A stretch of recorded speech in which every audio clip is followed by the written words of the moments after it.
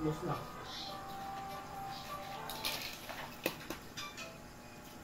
Bakit ko? Yan, yan, yan. Sir, excuse po.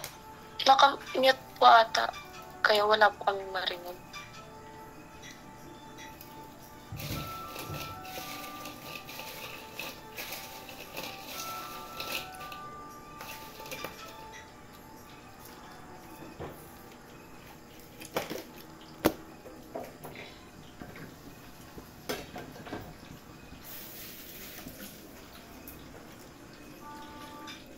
Hindi niyo ako naririnig?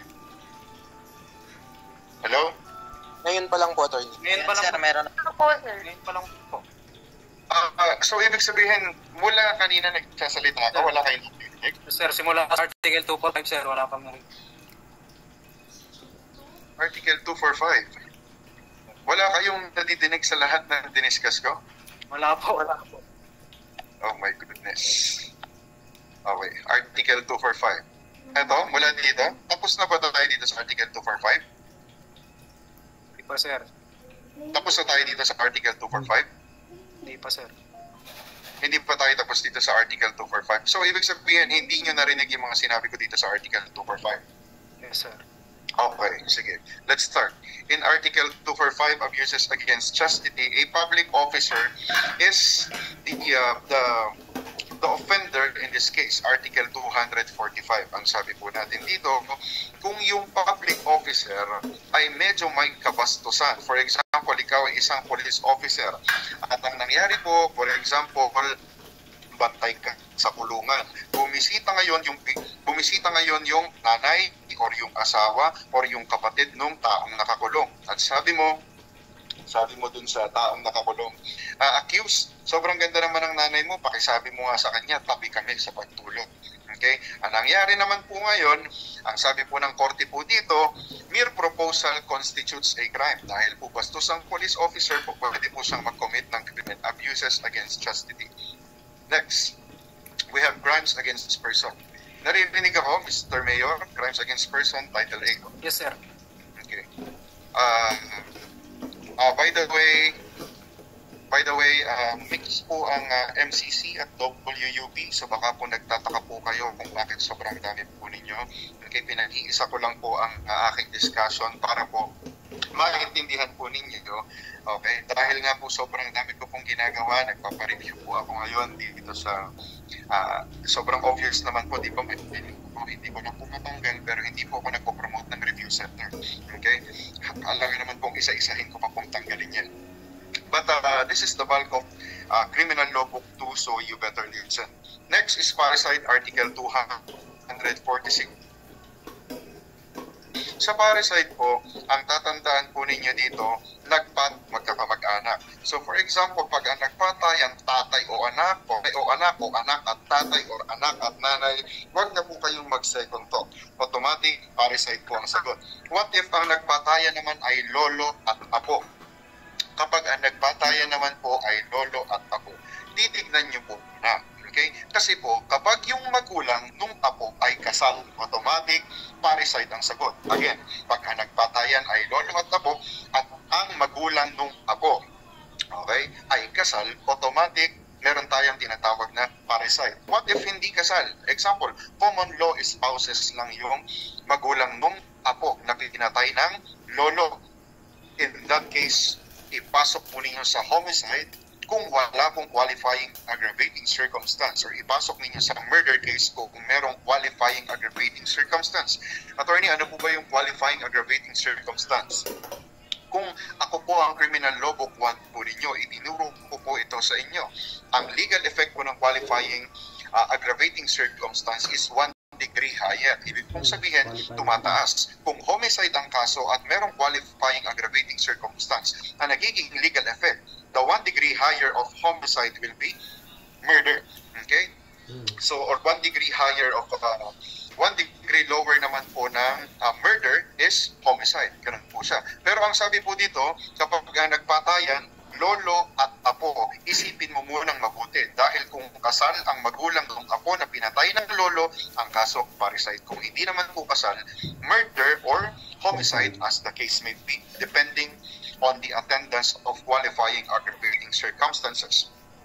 Those are the relatives in parricide: father, mother, child, other ascendants. Ibig sabihin, pataas, other descendants, yung mga kamag-anak mo pababa. Yung anak mo, yung apo mo, okay, yung apo mo sa tuhod, yung apo mo sa talampakan, yung apo mo sa bubong-bubong, lahat po yan. Pag nagpatayan naman po kayo mag-asawa, automatic parricide po yan. Question in the board exam or question in your final exam. Paano naman po kung hindi po kasal yung mag-asawa? Pag hindi po kasal yung mag-asawa, automatic, huwag mong ilalagay sa parricide. It's either homicide or murder, as the case may be. Next, death or physical injuries inflicted under exceptional circumstances. It happens kung ikaw po ay kasal. Okay? At for example, ikaw si lalaki, galing ka sa video, sobrang pagod na pagod ka. Pag uwi mo, makikita mo pa at mahuhuli mo na yung asawa mong babae ay may katsakang ibang lalaki. Napatay niyo po siya. Napatay niyo either one of them or both of them. In that case, meron tayong tinatawag na death inflicted under exceptional circumstances. Paano pag hindi mo naman sila napatay? Meron tayong tinatawag na physical injuries inflicted under exceptional circumstances. Okay, that's Article 247. Now, murder defined. Sabi po natin, ang murder, it is an unlawful... dinig ako, Mr. Mayor? Dinig ako? Excuse of Okay, thank you. yung iba po kasi naming kaklase tapos school is di po maka-join kasi limit na po yung kaya maka-accommodate. Oh. Okay. Thank you for bringing up. Pakisabi po sa mga taong join, nag-join po sila at pakisend po sa mga kanya-kanya ninyong mayor pakista. Ay hindi ko po pala kayo na-inform na ang maximum allowable participants in this meeting is only 100. Pero i-upgrade ko po ito. Huwag po kayo mag-alala sa susunod po na meeting. Hindi ko po na-anticipate na lalampas po pala tayo sa 100.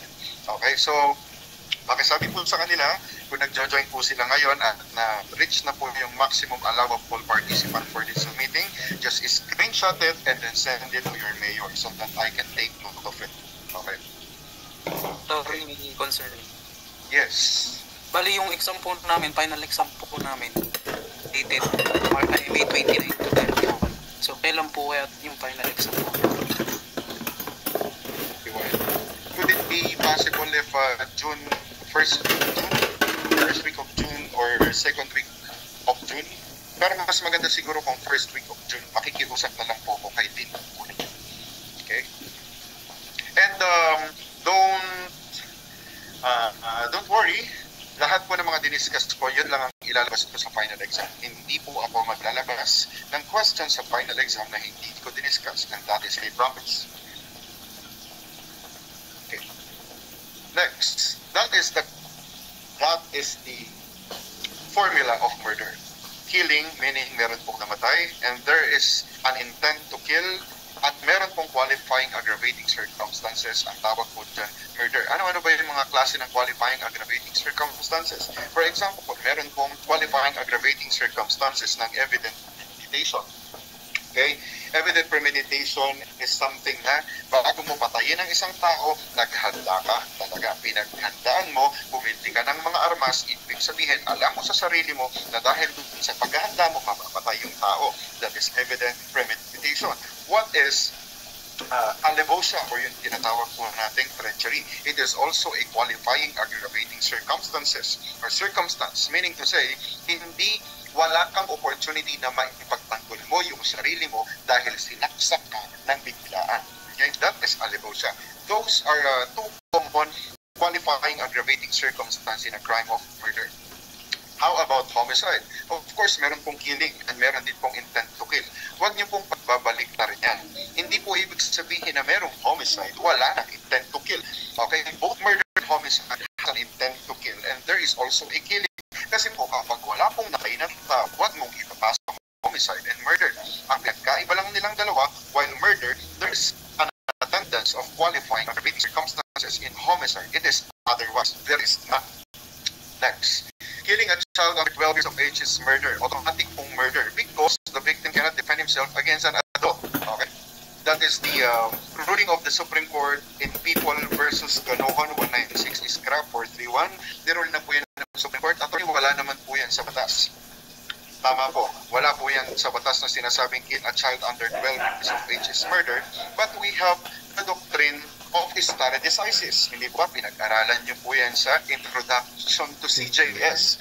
Kung meron po kayong Introduction to CJS, the doctrine of stare decisis states that the ruling of the Supreme Court forms part of the law of the land. Meaning to say, aside from law, if the Supreme Court already decided a case, automatic po yung ruling ng Supreme Court parang nagiging batas na din siya. And that is the doctrine of stare decisis. Now, ang sabi po dito, killing a child under 12 years of age is murder because the victim cannot defend himself against an adult. Next is the crime of homicide. We're done with that. Article 249, distinguish murder from homicide. We're also done with that. Okay, accidental homicide. This question was ruled by the Supreme Court applying also the doctrine of stare decisis. Ang perfect example po ng accidental homicide, kapag meron pong boxing, for example, in a boxing tournament between Manny Pacquiao and Morales, for example, and then dun po sa boxing, example lang, napalakas ang suntok ni Pacquiao. Ang nangyari, pagkasuntok niya, bumagsak si Morales at yun ang naging resulta ng pagkamatay ni Morales. In the questions, okay, pag kayo po ay naka-encounter ng ganyang questions sa inyong final exam, if I will ask you what is the crime committed, then the perfect and correct answer would be accidental homicide. Not only homicide, but accidental homicide, applying the doctrine of stare decisis. Next, death caused in a tumultuous affray. It is a tumultuous affray which takes place when a quarrel occurs among several persons. Ang ibig pong sabihin po nito, death caused in a tumultuous affray, in Tagalog po nito, rumble. Huwag na po nating pahirapan ng mga sarili natin. Nagkaroon po ng riot ng mga kabataan, nagkaroon po ng rumble, at least 4 persons po yung involved dun sa riot, merong mga namatay, at ang tawag po dyan, death caused in a tumultuous affray. Attorney, wala pong namatay, ipasok mo sa serious physical injuries caused in a tumultuous affray. Wala naman pong namatay. That is Article 253. Now, Article 252. Now, Article 253 talks about giving assistance to suicide. Kung meron kang kaklase, for example, na gustong magpakamatay na dahil broken-hearted siya sa 7-year relationship niya dun sa kanyang jowa at tinulungan mo. Okay? Tinulungan mo yung kaklase mo, o pwede ka pong makasuhan ng Article 253, giving assistance to suicide. Okay? Article 254, okay, tinagalog po na ba? Nakalagay po dyan, discharge of firearm in Tagalog, pagpapaputok ng sandata or pagpapaputok ng baril. It is committed by a person who shall shoot at another with any firearm. And take note, nilagay ko na rin po dyan sa PowerPoint that in illegal discharge of firearm, there must be no intent to kill. Kasi po, kung meron pong intent to kill, ipasok mo siya sa attempted homicide or frustrated homicide as the case may be, applying Criminal Law Book 1. Attorney, ano pong pinagkaiba ng attempted and frustrated homicide? Hindi ko na po uulitin sa inyo dahil naituro ko na po sa inyo last sem kung ako po ang teacher po ninyo. Article 255 talks about infanticide. It is the killing of a child less than 3 days old. Kapag pinatay mo intentional ang bata, ang kanyang edad, uulitin ko, ang kanyang edad less than 3 days old. Uulitin ko sa pangatlong pagkakataon, less than 3 days old. Meaning to say, 2 days and 23 hours. Because 2 days and 23 hours is less than 3 days old. Attorney, paano po kapag eksaktong 3 days old yung edad ng bata? It's either murder or it's either homicide, okay? As the case may be, or it's either parricide kung merong relationship. Depende. Pero po kapag merong pinatay na bata at ang kanyang edad ay less than 3 days old, huwag ka nang mag-second thought. Ang tamang sagot dyan is infanticide. Next, intentional abortion.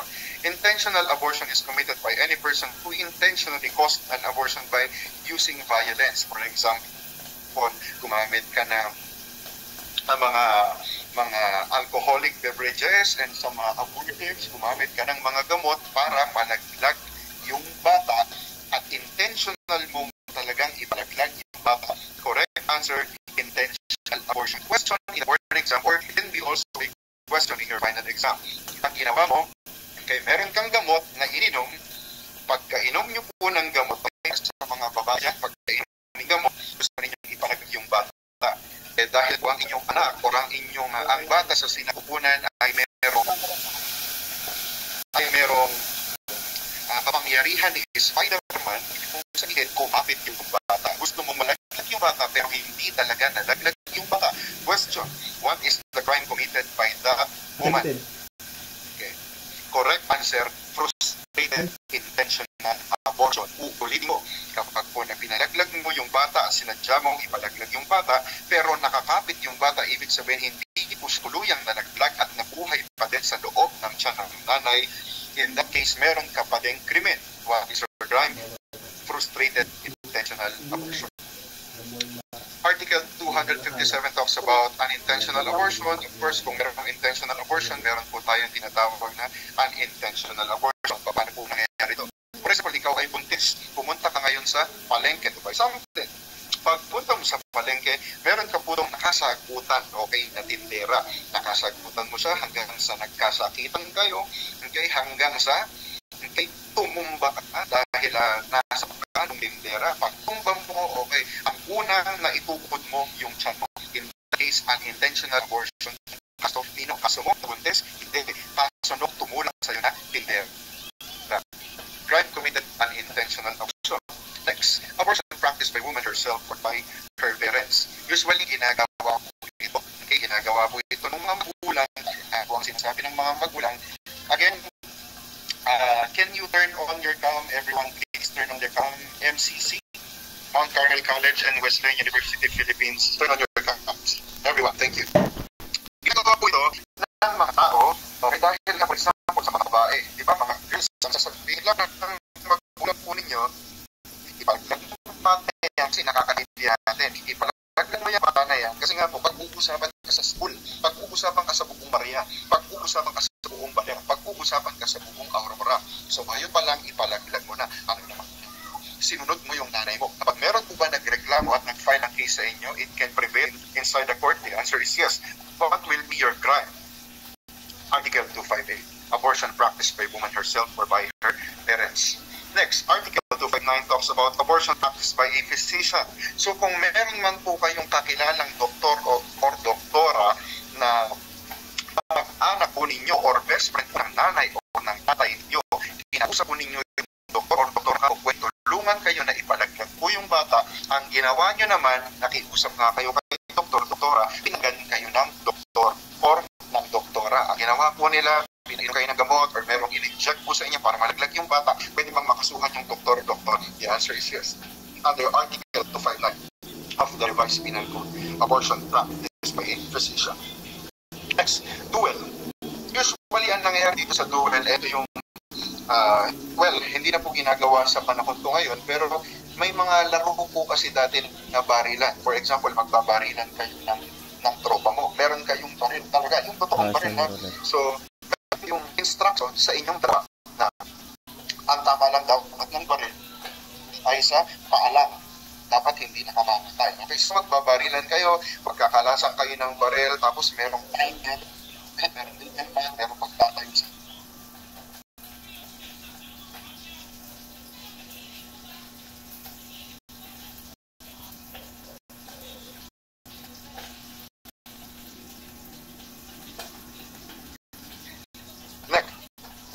Article 61.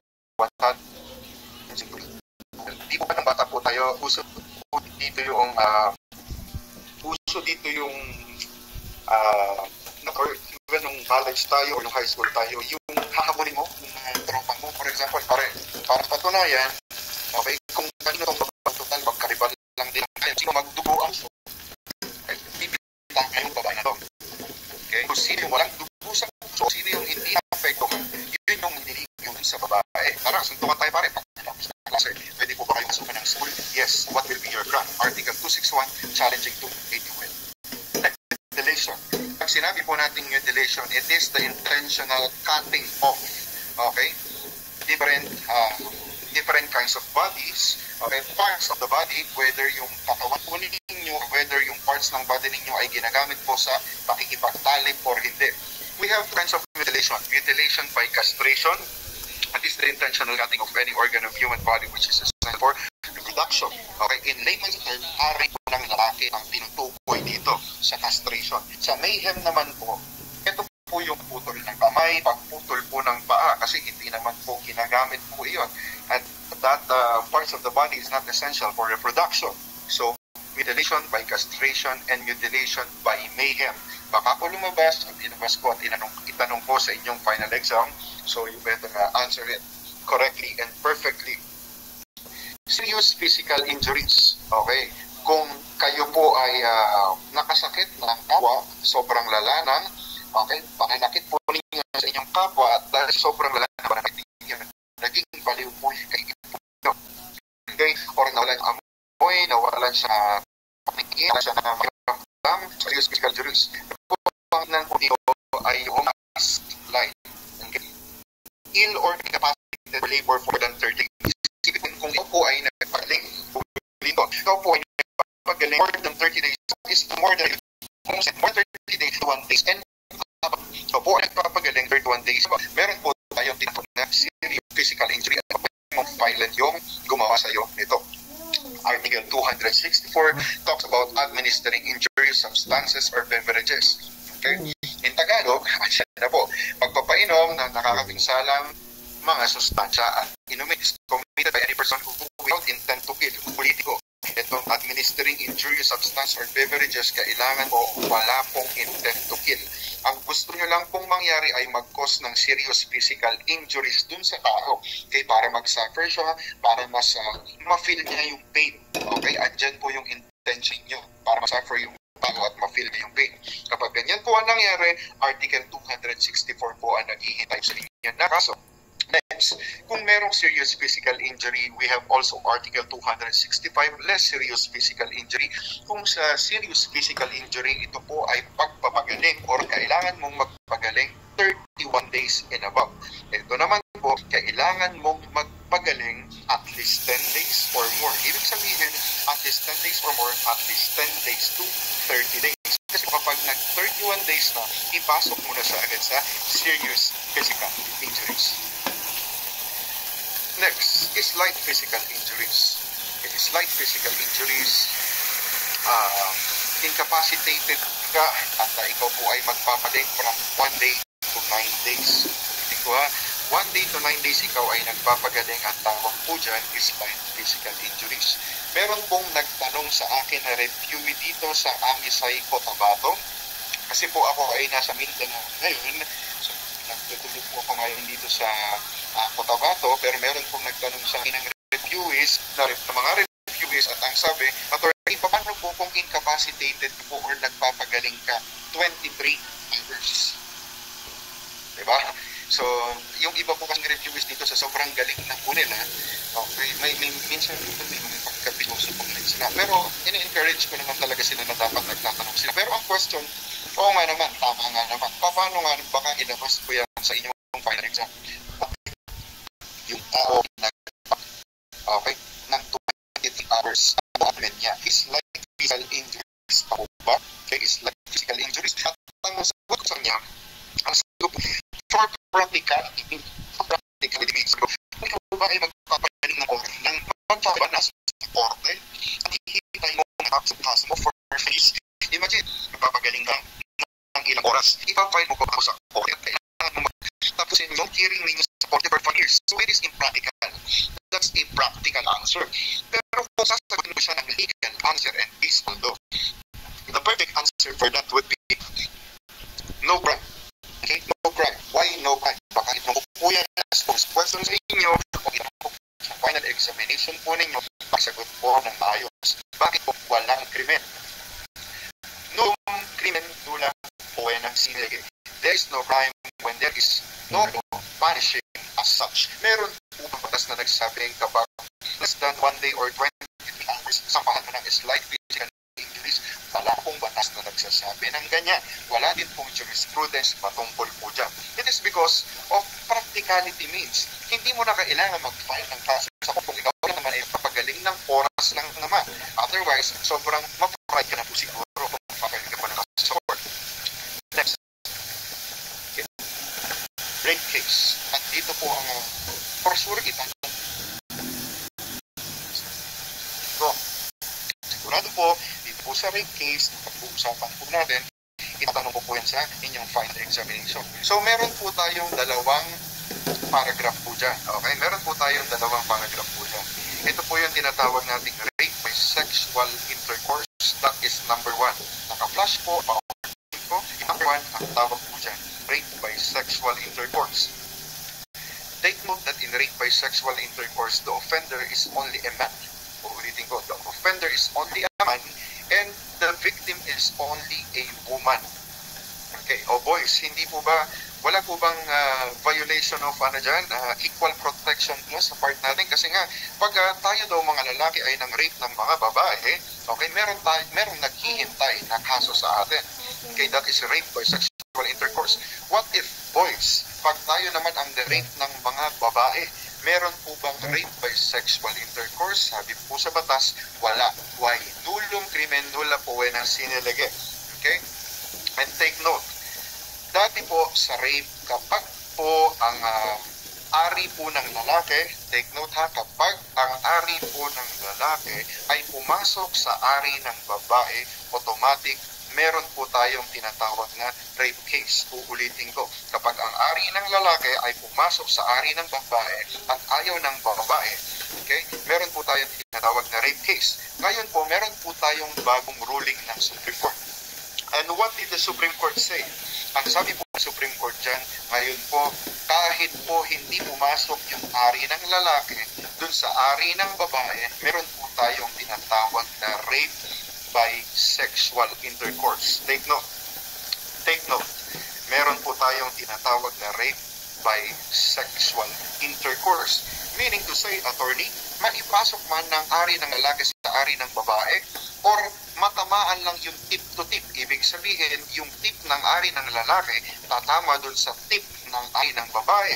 Meron po bang rape by sexual intercourse? Yes, pareho lang po ang pagkakapuno. Kaya sabi ko, pag ako ay nagtuturo sa review center, kung balak mong mag-rape ng babae, total, yung tip lang din pag tumama, okay? Pag tumama, 40 years lang din ang imprisonment. Pag pumasok, 40 years lang din ang imprisonment. Lalaki, ipasok mo na. Diba? At least nag-enjoy ka. Okay? At least nag-enjoy ka. Ang hirap naman nun, tumama lang, dumaplis lang. Hindi ka pa nag-enjoy, 40 years ka pa rin makukulong. At least kahit 40 years ka makulong, nasa tanda na. Okay? Kahit pa paano. That is rape by sexual. That's rape. That is rape by sexual intercourse. Now, about rape by sexual assault. Yung nasa baba, number 1 is number 2. And that is rape by sexual assault. Ano po ang nangyari sa rape by sexual assault? Sabi po natin kung sa rape by sexual intercourse, ang offender lang ay lalaki at ang victim lang ay babae. Sa rape by sexual assault, ang offender po pwedeng babae at lalaki, ang victim po pwedeng babae at lalaki. Attorney, pwede po bang bakla? Hindi natin pinag-uusapan yung LGBTQIA, okay? Plus, as long as by birth, you are a man by birth or you are a woman by birth, okay? Applicable po sa inyo itong rape by sexual assault. For example, sa inyo pong magbabarkada, okay? Ang gusto mo lang dun sa may barkada mo, pinagplanuhan ninyo ngayon yung barkada ninyo, naghahasain. Barkada mo ha, lalaki sa lalaki. Ang ginawa mo, bumili ka ng, anong ginawa mo? Bumili ka ng patola sa palengke, ipinasok mo sa puwit ng tropa mo. Okay? Pwede ka bang kasuhan ng tropa mo? Sorry. Pwede ka bang ng tropa mo? Yes. What will be your crime? Rape by sexual, okay? Rape by sexual assault. Kindly mute June Fernandez. Sorry, kindly mute your mic. Thank you. Okay, rape by sexual assault ang pwedeng ikaso sa'yo. And Take note, in rape by sexual assault, 2 butas lang po ang pinag-uusapan dito. Alam kong it sounds cliche at sounds nakakatawa, pero kailangan po nating maging open-minded dahil pag kayo po ay naging ganap na rehistradong kriminolohiya o registered police, sobrang dami niyo pong mababasang mga salaysay. Mas bastos pa sa explanation po. So maging mindful po kayo, maging open-minded kayo, at the same time maging mature kayo mag-isip habang nagbibigay ako ng maraming examples po dito kasi pagdadaanan nyo po yan kapag kayo po ay naging ganap ng crime. Okay. Sabi po natin, ang tinutukoy po na butas dito sa Article 266, Paragraph 2, or rape by sexual assault ay butas ng bibig at butas ng puwet. For example, tropa mo. Hinahasa mo yung tropa mo, binuksan mo yung zipper mo, inilabas mo yung edits mo, ipinasubo mo sa tropa mo kahit ayaw niya, o pwede kang kasuhan ng tropa mo. What will be your crime? Rape by sexual assault. Okay? There's a case wherein etong si babaeng nag-file ng rape by sexual assault dun sa boyfriend niya. Bakit nag-file itong babae ng rape by sexual assault dun sa my boyfriend niya? Ang sumbong po ng babae, alam niyo ang sumbong ng babae, ito daw pong boyfriend niya, pinipilit siyang makipagtalik. Ayaw po nitong babae. Kaya po ang ginagawa po ng boyfriend niya, binuksan si Vera, inilabas niya yung uting niya, pagkalabas, okay, nung kanyang hapot na tender juicy, inikot-ikot niya po yun sa tenga na jowa niya. Okay, hindi niya yun sa tenga. Sa kinaso ngayon, itong boy niya na sexual, sabi po ng jowa niya, hindi po ba inikot-ikot po sa tenga, ay yung tenga anong na case dismissed. The case is dismissed. Bakit po na-dismiss? Ang most po na pinag-uurap po natin sa sexual assault, butas ng puwet at butas ng bunganga, butas ng bibig. Okay? So in that case, sa isang kaso, kasi may butas ng tenga, hindi po yun punishable under Article 266, Paragraph 2 of the Penal. Okay? Huwag po kayong mag-alala. Naiintindihan ko po ang mga reaction nyo, lalo na kapag nasa review center na kayo. Again, hindi ako nagpo-promote ng review center, pero makikita po ninyo, pag nagpo-post po ako, sobrang dami po mga estudyante na tinuturuan ko sa talagang masaya naman pagturo. Yun nga lang, medyo nakakaputal. Oh, by the way, I'd like to take this opportunity sa lahat po ng mga prayers po ninyo. Nagano ko pa rin po ako ng test sa ospital. Marami po. Apart from teaching, so pumupunta po ako ng hospital from time to time dahil po sakit ko. So maraming salamat po sa mga prayers na isigan po ninyo. Inisip ko po yun through Instagram or either Instagram or Facebook. Nababasa ko po yung mga messages ninyo. Hindi ko lang po kayo ma-reply isa-isa. Pasensya na po kayo. Okay, so to continue, that is rape by sexual intercourse and rape by sexual assault. Kate Abiang, you're raising your hand. You have a question? Sir. Ano po? Yung Article 266 po ba talaga yung rape? Kasi Article 266 is like physical injury and maltreatment po.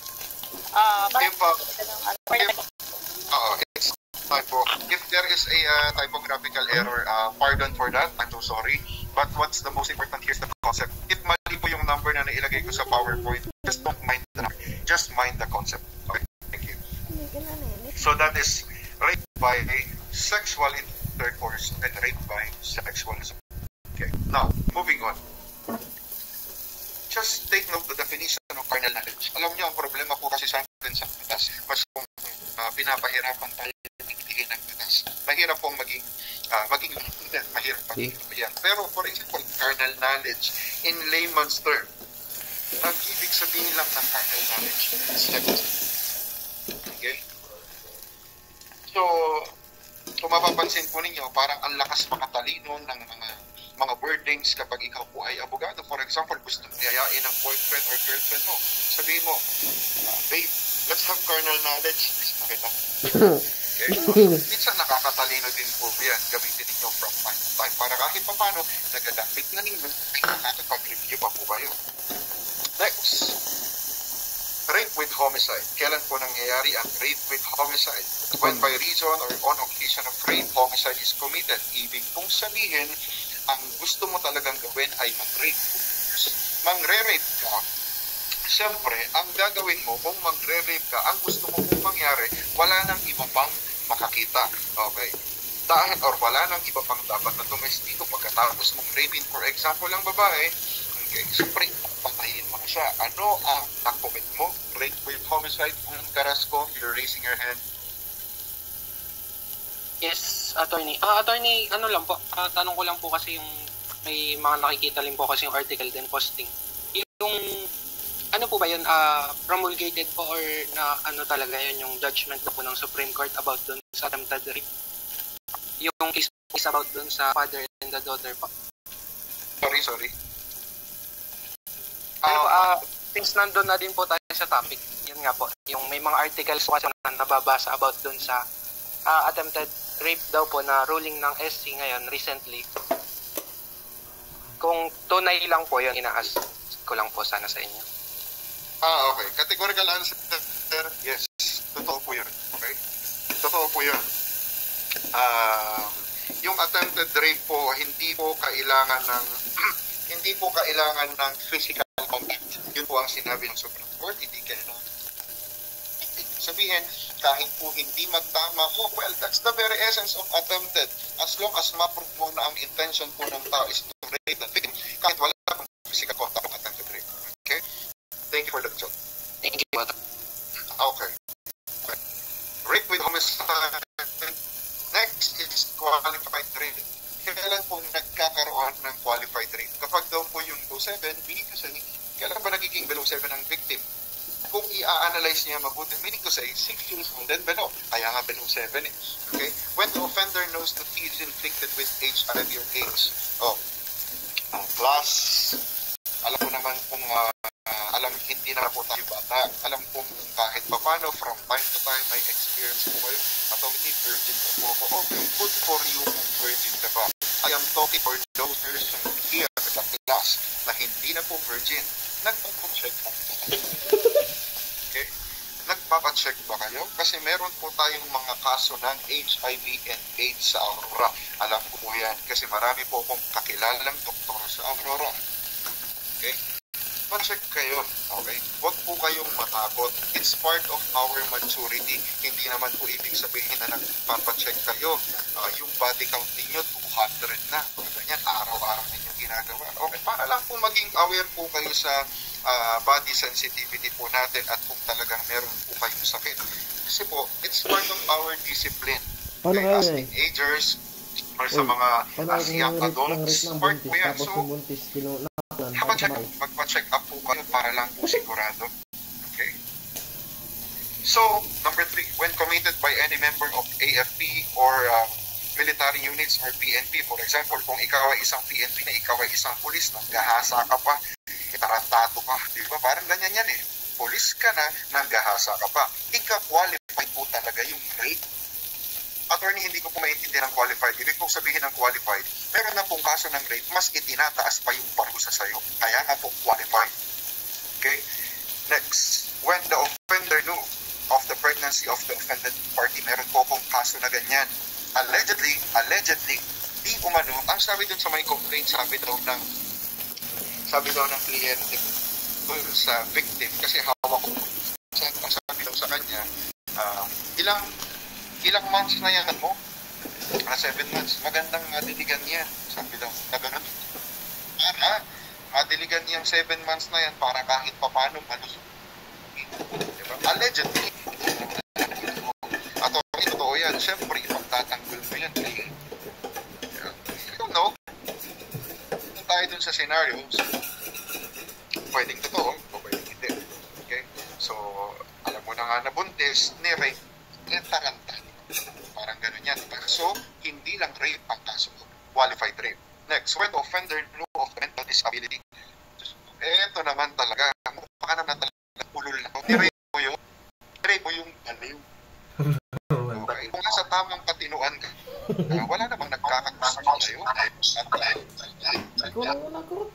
Wala namang nagkakagusto sa'yo at pati naman baliw pinagka-interesan mo. Okay, so that is a qualified rape.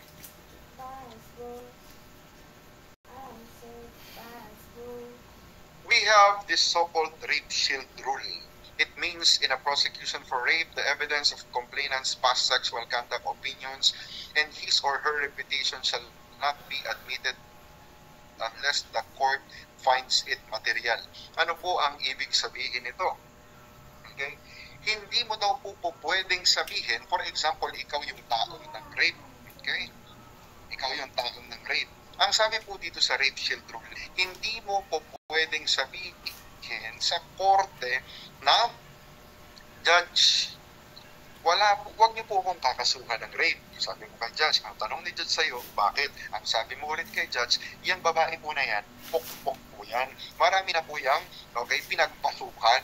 Nagpasapasahan na nga po namin yung magbabarkada. Ang tanong sa board exam at tanong sa final exams ko sa inyo, applicable po ba ang rape shield rule sa kaso ng rape? Correct answer, hindi po. Dahil hindi mo po pwedeng sabihin na dahil pok-pok yung babae, okay, gusto na niya rin yung ari mo. Hindi ka po pwedeng mag-base dun sa naganap sa kanya nung mga nakaraang araw para yun ang maging basis mo at gamitin mong basis sa korte para ma-excuse ka sa criminal liability. Hindi po pwede yun. Yan po ang sinasabi ng rape shield rule. Next, effect of pardon. Okay, the subsequent valid marriage between the parties shall extinguish the criminal action or the penalty imposed or the forgiveness of the wife. Okay, usually ang sinasabi ko daw sa mga reviews ko, example, konsepto po ng conspiracy. Talo po kayong mabagada. Si A, si B, at si C, nagbabalak kayo rin yung babae. Ang ginawa po ni A, siya yung nagtali na. Ang ginawa po ni B, siya po yung tali ng paa. Ang ginawa po ni C, siya po yung nagpasok nung batuta niya doon sa ari ng babae. Okay? Ngayon, ito pong victim, nagkagusto. Kanino? Kay C. Okay? Nagustuhan ngayon ni victim si C. Ang nangyari po dyan, meron po bang criminal liability si C kapag nagpakasal yung victim tsaka si C na nagpasok ng ari niya? The answer is, wala po. Wala na pong criminal liability si C kapag kinasal po sila ng victim. Paano naman po si A tsaka po si B? Tuloy pa din po ba yung hearing nila? The answer is yes. Kawawa naman, no? By means of conspiracy, itinali lang yung kamay, itinali lang yung paa, sila pa yung nag-proceed sa hearing. Kung sino pa yung nagpasok ng ari niya, yun pa yung pinakasalan. Okay, ano pong mangyayari dun sa nagpasok ng ari? Wala na po siyang criminal liability. Wala na po siyang kaso ng rape. Ano pong mangyayari kay A at B? Meron po silang kaso ng rape. Pwede po silang makulong. Okay, so take note, what is the lesson here?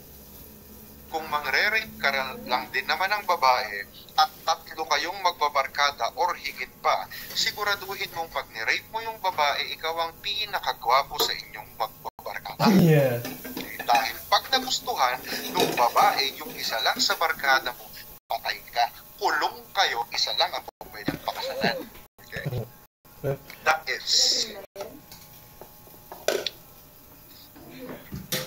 is the effect of pardon. Okay, what? Ano naman po ang sweetheart defense or lover's defense? Sweetheart defense is a rape case where the accused claims that he and the woman accusing him of rape are sweethearts. Example po ha, example lang po ito. Meron po kayong jowa. Okay? Meron po kayong jowa. Ang sabi po ng jowa ninyo, ayaw ko nga muna kasi pagod ako. Huwag mo muna akong guluhin. Nagre-review ako para sa final exams ko kay Atty. Lopez. Ikaw naman, atat na atat kang gawin at ipasok yung ari mo dun sa ari ng babae, ayaw nung jowa mo. Kinasuhan ka tuloy ng jowa mo ng rape. Now, question in the board exam, kinasuhan ka ng jowa mo ng rape. Pwede mo bang i-allege na sweetheart defense? Attorney, hindi po ako pwedeng makasuhan dahil mag-jowa po kami. Hindi po pwede. Yung mag-asawa nga yung asawang babae po pwede niyang kasuhan yung asawang lalaki ng rape kung ayaw ng babae. Okay, kahit mag-asawa pa sila, di lalo na kayo. Mag-jowa pa lang kayo kung ayaw ng babae. So boys, take note. And I quote, kapag ayaw ng babae at jowa ninyo, huwag niyong pipilitin. Bigyan niyo sila ng time. baka gusto lang nilang magpahinga ngayon o baka bukas pumayag na sila. Yung mga ganyan. Pero wag na wag ninyong pipilitin dahil pag pinilit nyo sila, pwede nila kayong kasuhan ng kaso ng rape. Okay? That is with harm defense. Now, kidnapping, serious illegal detention. Meron pong kidnapping kung meron pong restraint of a person or merong restraint of liberty. Ibig sabihin, meron pong violation ng liberty on our part. For example, illegal detention, nag-a-apply lang po ang illegal detention kung ang nag-detain po sa inyo ay private individual. Ulitin ko ha, kung ang nag-detain po sa inyo ay private individual, the crime is illegal detention. What if ang nag-detain po sa inyo ay public officer? What will be the crime? Correct answer, arbitrary detention. That is the counterpart of illegal detention. Next, unlawful arrest. Siyempre naman po, kailangan po nating pag-usapan ng aresto. Kapag mag-aaresto ka ng tao, kailangan po merong valid ground. Ikaw naman po ngayong si police officer na ulol, ang ginawa mo, inaresto mo yung tao na wala man lang ka-ground. Walang probable cause, walang personal belief na yung tao na yun ay gumagawa ng krimen. Hindi hot pursuit, hindi in flagrante delicto, hindi escape from jail. Ang ginawa mo lang, hinuli mo lang siya for no grounds at all, for no reason at all. Pwede mo bang kasuhan si police officer? Yes. What will be the crime of that police officer? Unlawful arrest under Article 269. I don't know if that article number is correct, kung tama pa po ba ang article number. Uulitin ko po sa inyo, the most important thing in my discussion is the concept of every crime. Okay, so kung mali po ang article number na sinasabi ko, just disregard the article number at mag-focus po tayo sa crime at konsepto ng crime. Inducing a minor to abandon home. Kailan po ba nangyayari ang inducing a minor to abandon home? Yan po yung nakocommit ng mga magulang natin sa kaibang tao. For example, meron kang magulang, ang sabi sa'yo, putok ka lang sa buho, ampun ka lang, or kaya ka lang naman nagawa kasi nagkita lang kami ng tatay mo sa okay, lumayas ka na sa bahay na to, hindi ka namin kailangan, hanapin mo yung totoo mong magulang, tanong po sa board exam, tanong sa final exam ninyo, pwede nyo bang kasuhan ng mga magulang ninyo? Oo, kasuhan mo yung magulang kung ganyan ang ugali. Under Article 271 of the Revised Penal Code, inducing a minor to abandon home. Next is slavery. It is committed by anyone who shall purchase, sell, kidnap, or detain a human being for the purpose of enslaving him. Kaya mo kinikidnap yung tao kasi gusto siyang gawing katulong. That is slavery. Ulitin ko. Merong kidnapping. Okay? At kaya mo kinidnap o kaya mo kinuha yung tao dahil gusto mo siyang gawing katulong. That is slavery under the Revised Penal Code. Exploitation of child labor. Paano po nangyayari ang exploitation of child labor? Take note. In exploitation of child labor, meron po tayong tatlong characters. Ulitin ko ha. In exploitation of child labor, meron po tayong tatlong karakter. Yung umutang, yung nagpautang, at yung anak ng umutang. Ulitin ko. Meron tayong tatlong characters. Yung umutang, yung inutangan, at yung anak ng umutang. Ano ang nangyari dito? For example, meron akong utang sa aking kaibigan. For how much? Let's say 10,000 pesos. Meron yung anak si Antonio Lopez. Example lang, wala pa akong anak. For example, akong anak, ang sabi ko, pare, sa katapusan, baka hindi ko makakalaman. Ang sabi ngayon ng kumpare ko, sige pare, pero ba may anak ka na? Bakit? Pwede bang pagtrabahuin mo na lang siya? Tapos, pag nagtrabaho siya, pwede ka. Ipinaril doon sa kumpare ko. Bawal po yun. Okay? Ang tawag po doon, exploitation of child labor. Compared to services rendered under compulsion in payment of debt. Kung dito po sa Article 273, sorry. Kung dito po sa exploitation of child labor, meron pong 3 characters. Dito naman po sa services rendered under compulsion in payment of debt, meron po utang at yung inutangan. Ano ang sasabihin? Inutangan, ang sasabihin lang po ng kreditor, pare may utang ka sa 10,000 na, pare wala kang pagbayad. O sige, ayaw ka na kumpanya ko, pare. Pwede mo bang kasuhan yun? Yes. Services rendered under compulsion in payment of debt. Next, tatanong ko yan sa final exams ninyo. What is the meaning of peonage? It is an involuntary servitude in payment of debt. Peonage. Okay? As easy as that. Pag tinanong ko sa final exam, what is the meaning of peonage? Correct answer, it is an involuntary servitude in payment of debt. That is the points. Next, Article 275, abandonment of persons in danger and abandonment of one's own victim. Example po, katatapos po ng klase po ninyo kay Atty. Lopez, dyan po sa kanya-kanya po ninyong school. Pagkatapos po ng klase po natin, mag-isa nyo na lang na naiwan dun sa tapat ng school. Meron tumawid na bata, nahitan po yung bata, mag-isa nyo na lang doon sa highway. Meron po kayong opportunity at you are under obligation to help the child at sa hospital, pero hindi ninyo tinulungan. Now, nakita kayo sa CCTV, okay, na nakatingin lang kayo dun sa bata or tinignan mo lang yung bata, tapos pwede bang kasuhan ng magulang? Yes, pwede kang kasuhan ng magulang, abandonment of persons in danger and abandonment of one's own victim. Abandoning or kapag inabando mo yung isang minor de edad na ang kanyang edad ay under 7 years of age, the custody of which is incumbent upon him. Ibig pong sabihin, 6 years old and under. Pag inabando mo, ito naman po yung magiging krimen mo. Trespass to dwelling. Okay, trespass to dwelling. Kapag po merong private person na pumasok sa inyong bahay at meron kayong express prohibition at sinabi nito sa pumasok, huwag kang papasok dito, mamahay ko to, at pumasok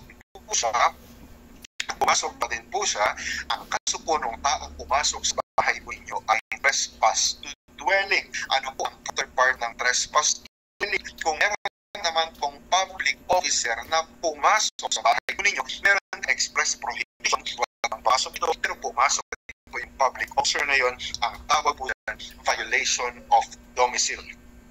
Okay? That's the counterpart of trespass to dwelling. Von Carrasco. Sir, applicable lang po ba to sa mismong bahay or kahit sa isang yung halimbawa po may fences kayo, yung mismong private property? It doesn't mean, okay, to answer the question, Mr. Carrasco, it doesn't mean na meron kayong fences, it is already considered a dwelling. Okay? Just to give you a quick recap of what dwelling is. Ang dwelling, ito po yung inyong place kung saan ka nakakapag-relax. So kung itatanong nyo po sa akin, ang dwelling po ba pertains only to residences? Hindi po. Pwede nyo rin pong maging mga dwelling ninyo, ang apartment kung saan po kayo nakatira. Pero hindi po necessary na kapag may bakod at pumasok dun sa may bakod, automatic dwelling na. Kasi nga po, kailangan nating i-qualify na yung dwelling, yun talaga mismo yung tinitirahan mo. Ikaw yung property nun. Kung hindi man, ikaw ang nag-rent ka na. So fences is regardless if there is fences or there is not. Okay? Mr. Carrasco, nasagot ko ba ang tanong mo? Yes po. Okay. Next, may trespass to kailangan maging qualified ang trespassing kapag committed with violence or illegal. Ito na yung kapag meron kang fence, sinira yung fence mo, and then pagkatapos nun, sabi mo, wag kang papasok sa bahay ko. Ang ginawa pa, pinakbak yung pintuan mo, okay, pinagdanas, pag makapasok sa bahay ninyo towards you, that is qualified trespassing or trespass to dwelling. Now, ko ito sa inyo sa topic causes in trespass to dwelling. Kailan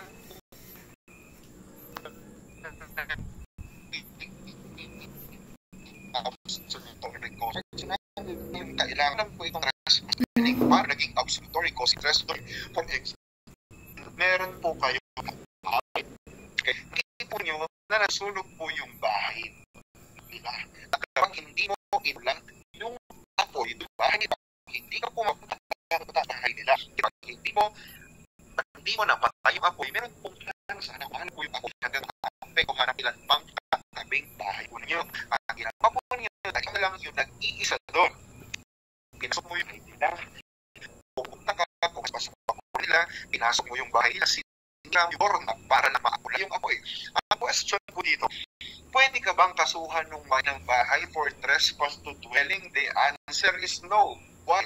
That is an absolute rigos. Ibig kong sabihin, tinuruan mo na yung kabahay mo mapula ng apoy dahil kung hindi mo ginawa yun, baka mas matindi pa yung mangyari. Kakasuhan ka pa ba ng trespass to dwelling? So this article is more of a defense article rather than a prosecuting article. Absolutory causes in trespass to dwelling. Okay, it is the place of abode resides and which satisfies the requirement of domestic life. It is any building or is structure exclusively used for rest or comfort. Tulad po ng sabi ko kanina, Mr. Carrasco, to answer your question, as long as your house or boarding house or apartment or what rest or comfort, it is classified as your dwelling. Next, grave threats. Ang tatandaan nyo lang naman po dito sa grave threats, if the threat amounts to a crime, uulitin ko, if the threat amounts to a crime, okay, for example, sinabi mo papatayin kita, bakit po mag-fall under grave threats yun? Kasi that word papatayin kita, pag pinatay yung tao,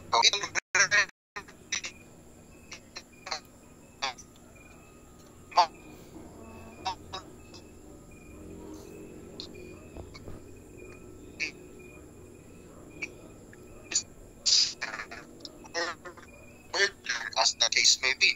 Pero next, threat, amount that does not amount to a crime. Okay, for example, may araw ka ganyan din yan, may araw ka din sa akin, hindi ka na Imam, pabantay na nga to. Blackmailing. Okay, blackmailing. Ano ang perfect example ng blackmailing? For example, inaaya mo makipagtalik sa yung jowa mo.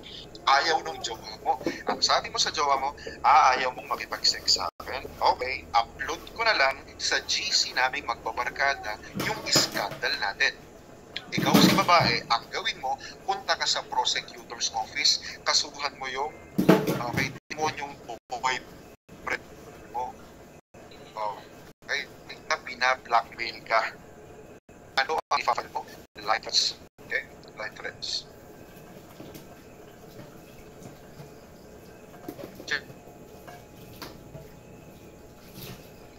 Let's think before. Sabi ko nga po, pag it amounts to a crime.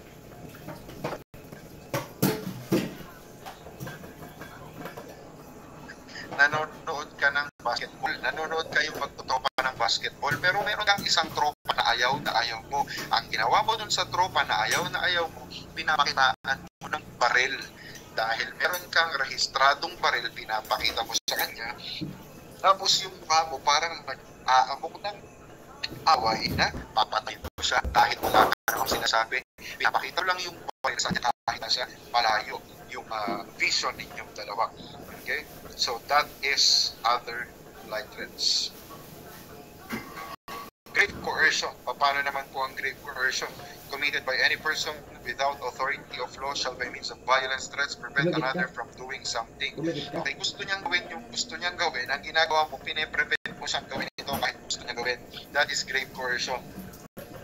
Now, there are two kinds of coercion, positive grave coercion and negative grave coercion. Sa positive grave coercion, pinipilit mo ang isang tao na gawin yung ayaw niya gawin. That is positive grave coercion. Pag negative grave coercion naman, baliktad. Pinagbabawalan mo naman ang gusto niya gawin. That is the difference between positive coercion and negative grave coercion. Light coercion, paano naman po ito? Committed by any person who by means of violence shall seize anything belonging to his debtor for the purpose of applying the same to the payment of debt. Barkada mo. Ayaw magbayad ngayon ng barkada mo ng kanyang utang sa'yo. Ang sinabi mo sa barkada mo, ayaw mong bayaran yung sabi. Okay, sa bahay ninyo, kukunin ko yung cellphone mo, yung laptop mo, yung TV mo, yung PS5 mo, at wala ka ng magkano. Pag sinabi ng kaibigan mo yan, kasuhan mo, light coercion, bakit po yan under the law. Unjust vexation, for example, ng unjust vexation, alam mo naman po na yung tropa kunin nyo bakla, okay? Alam mo yung tropa mo bakla at medyo mahinhin, medyo, ikaw naman ngayon si Tuto, pinag-uusapan niyo yung tropa ninyong bakla, tuwing dadaan sa harap ninyo, bakla, ginaganon po ninyo. Ang insulto, ang gawin mo ngayon, kasuhan mo. Will be the crime. Unjust vexation. Kate Abiang, you're raising your head. Question lang po, sir. Ano po, sir, kapag sa may threat, paano po pag sinabihan ka, kumbaga, ng, bilang sila ka ng kaibigan mo, ganun, sinabihan ka ng, puuran ko ta balayo, sabi nga sir. Puuran ko ta balayo. That is considered as a threat. Why? That word puuran, okay? That word puuran constitutes and amounts to a crime of what? Arson. Okay? Yes. So in that case, there is a grave threat. Minsan nakakalina pong mag-Ilocano dahil po lahat po ng review center na pinupuntahan ko ay Bisa. Thank you for that question, Kate Abiang. Sige, sir. Dahil lahat po ng review center na pinupuntahan ko ay mga Bisaya at mga Muslim at mga Mindanao. So ipag-pray niyo po ako dito dahil hindi ko po island ito. So wala tayo sa home port natin sa pakailan natin. Okay. Pagkaras ko yung question. Yes, sir. Doon po sa address. Ano po yung recent dispute nung or kakilala mo din, nagkaharap kayo is nagdadala siya ng deadly weapons like itak or baton, not necessarily barrel. Consider pa rin po ba yun na other light threats? Then yung facial expression is nakikita mo na nanggigigil siya ganun. To answer your question, my answer is categorical answer is hindi naman po necessary na baril lang ang pinapakita mo sa kanya. As long as yung pinapakita mo sa kanya, nagpapakita ka mga untowards, unnecessary facial expression para takutin po siya, whatever the thing may be or whatever the means may be, so pwede po siyang mag-fall under light threats. Thank you, sir. Okay. Unjust vexation. We're done with that. Bakla. Okay. Process na lang unjust vexation. Okay. Ano naman po pinagkaiba? Itatanong ko yan. Ano ang pinagkaiba ng unjust vexation ng acts of lasciviousness at slander by name? Sa unjust vexation, merong annoyance at irritation. Sa acts of lasciviousness, meron ding annoyance at irritation. Ganon din po sa by deed. Sa unjust vexation, walang force or intimidation. Sa acts of lasciviousness, merong force or intimidation. Sa slander by deed, merong humiliation. At ang pinaka-importante na elemento sa acts of lasciviousness is this lewd design. Okay? Lewd design. In Tagalog, libog.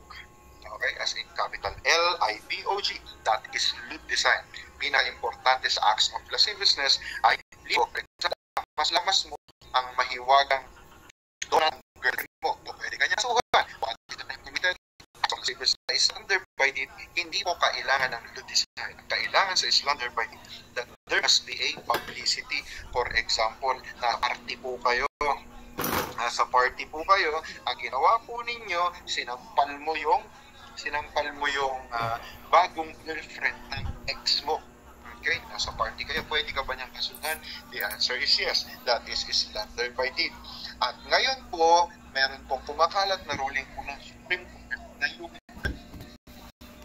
ipinggan mo ang isa. Pwede ka niyang kasuhan na slander by deed. So alam nyo na po, at least kahit pa meron po tayong working knowledge sa po pwedeng maisampakay sa Facebook. Okay? Sayang ang ganda. Okay. Title din, Crimes Against Property. Number 1, tayong tinatawag na robbery. Itakalo, pagnanakaw. Pero hindi lang po basta pagnanakaw. Kasi po, to qualify and to be set a robbery, kailangan po meron pong violence against intimidation of person or using force of something. As example po niyang robbery, gusto mong kunin yung cellphone ng kaklase mo, meron ang baril, ng kaklase mo para makuha mo yung cellphone. That is already considered as violence against or intimidation of any person.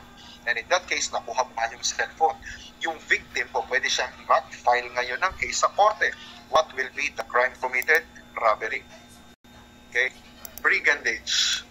When more than 3 armed persons from a band of robbers. Sa brigandage naman po, ang brigandage po, ito po ay robbery on high seas. Okay? Ito po yung mga magnanakaw sa daan. Sabi po ng Article 306 of the Revised Penal Code, meron daw pong tinatawag na brigandage or brigands kung meron pong 3, okay, more than 3 armed person. Ibig sabihin, at least 4 na tao na mga armado na nagnanakaw sa highway.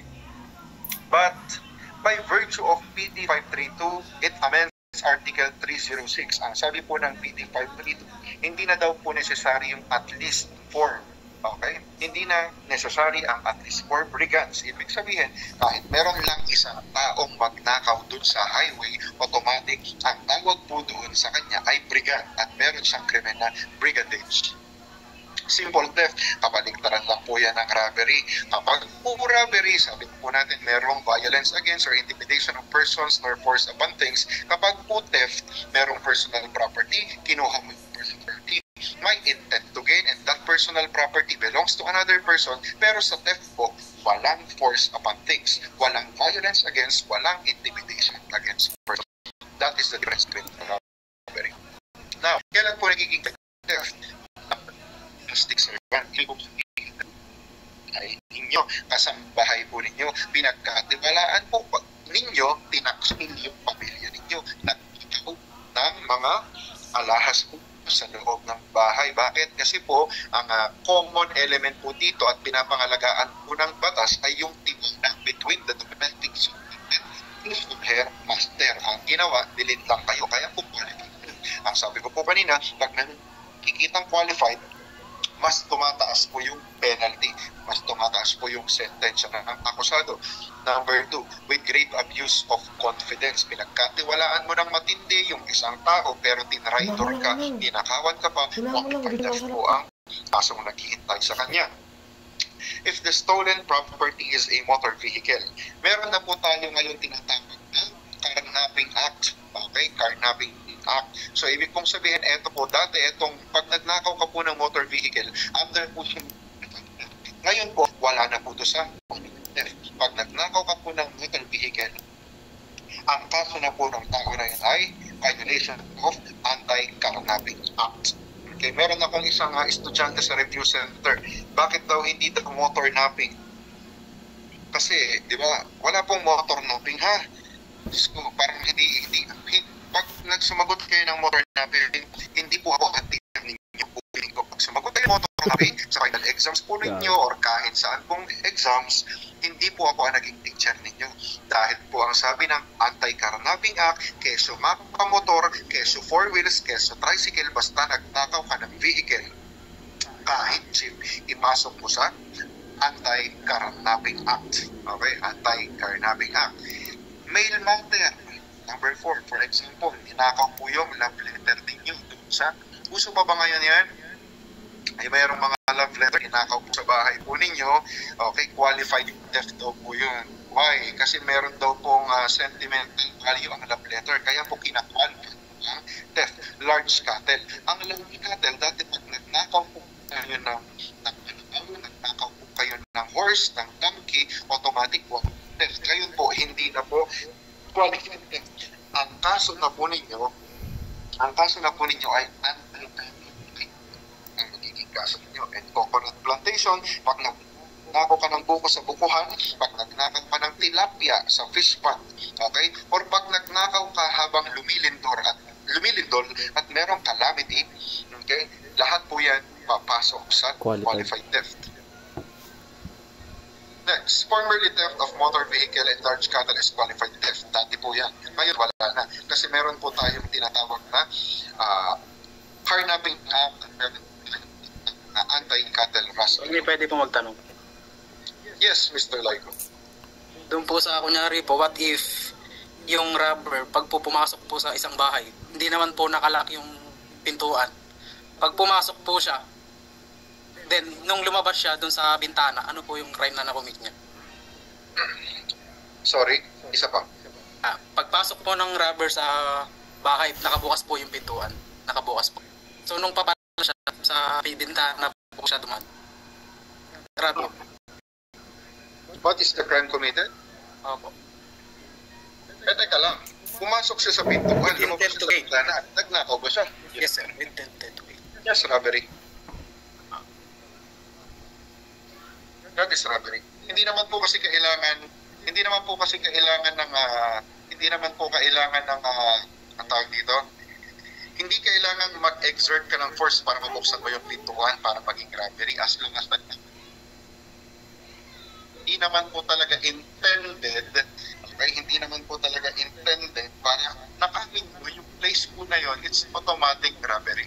So hindi mo po pwedeng sabihin na theft. Mako-consider mo bang theft ang isang pagnanakaw? For example, kapag nagnakaw ka lang dun sa may bahay, pwede mo bang sabihin na theft lang po yan, bahay po, nakapasok naman po yung pinto, hindi po magpo-fall lang. Tsaka teka lang, bakit ka lalabas sa bintana? Sira ulo ba yung magnanakaw? Depende, pag sira ulo yung magnanakaw, ang tanong mo sa akin, kung sira ulo yung magnanakaw, no crime. Okay, because that is part of the exerting circumstance. Okay, Mr. Laiko. Isa pa, sir. Estafa. Ang sabi po natin as a general rule, for example, meron pong utang ang isang tao. Ulitin ko ha.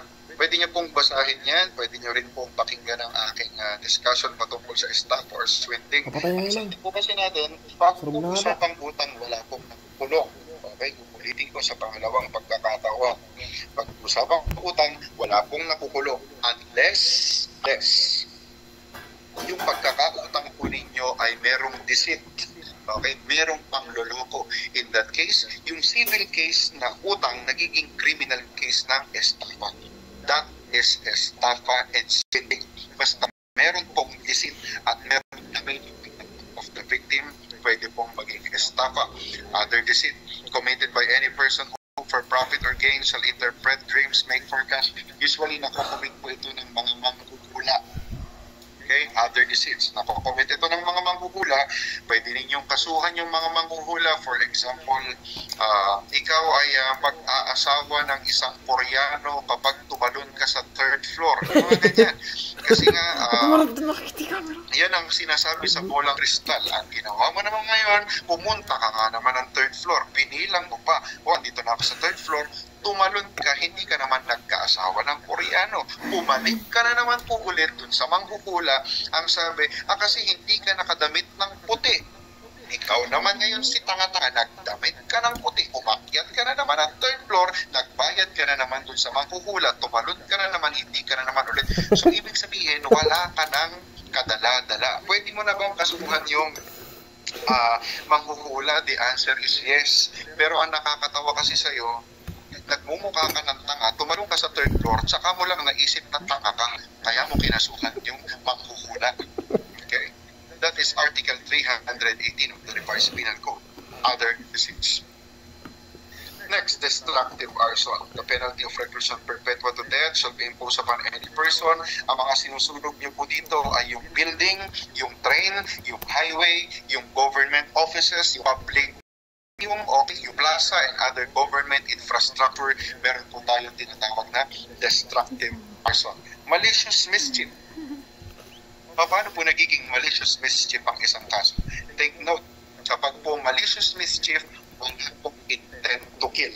Ang gusto nyo lang pong mangyayari ay sirain po yung property ng ibang tao. For example, dahil sa kaibigan mo, meron po siya motor worth of 300,000 pesos. Ang ginawa mo, pinagpuputukan mo yung gulong ng tropa mo dahil yung gulong ng motor ng tropa mo dahil visit ka sa kanya. In that case, pwede kang kanyang kasuhan. Yes, what will be the crime committed? Malicious mischief.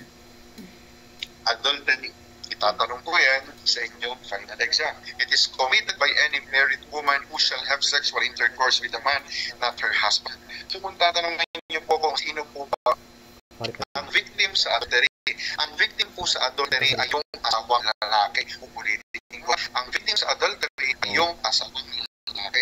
Nahuli ng asawang lalaki yung kanyang asawang babae na merong paramour at nagsesex silang dalawa. But take note, kapag po merong adultery, For example, ikaw si lalaki at ikaw ay kasal na.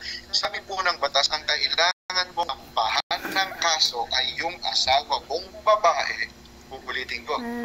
Kapag ikaw ay kasal, ikaw ay gusto mong magsampa ng adultery, ang gagawin mo, sasampahan mo ng adultery yung asawa mong babae at yung kapit ng babae na yun. Hindi po pwedeng isala.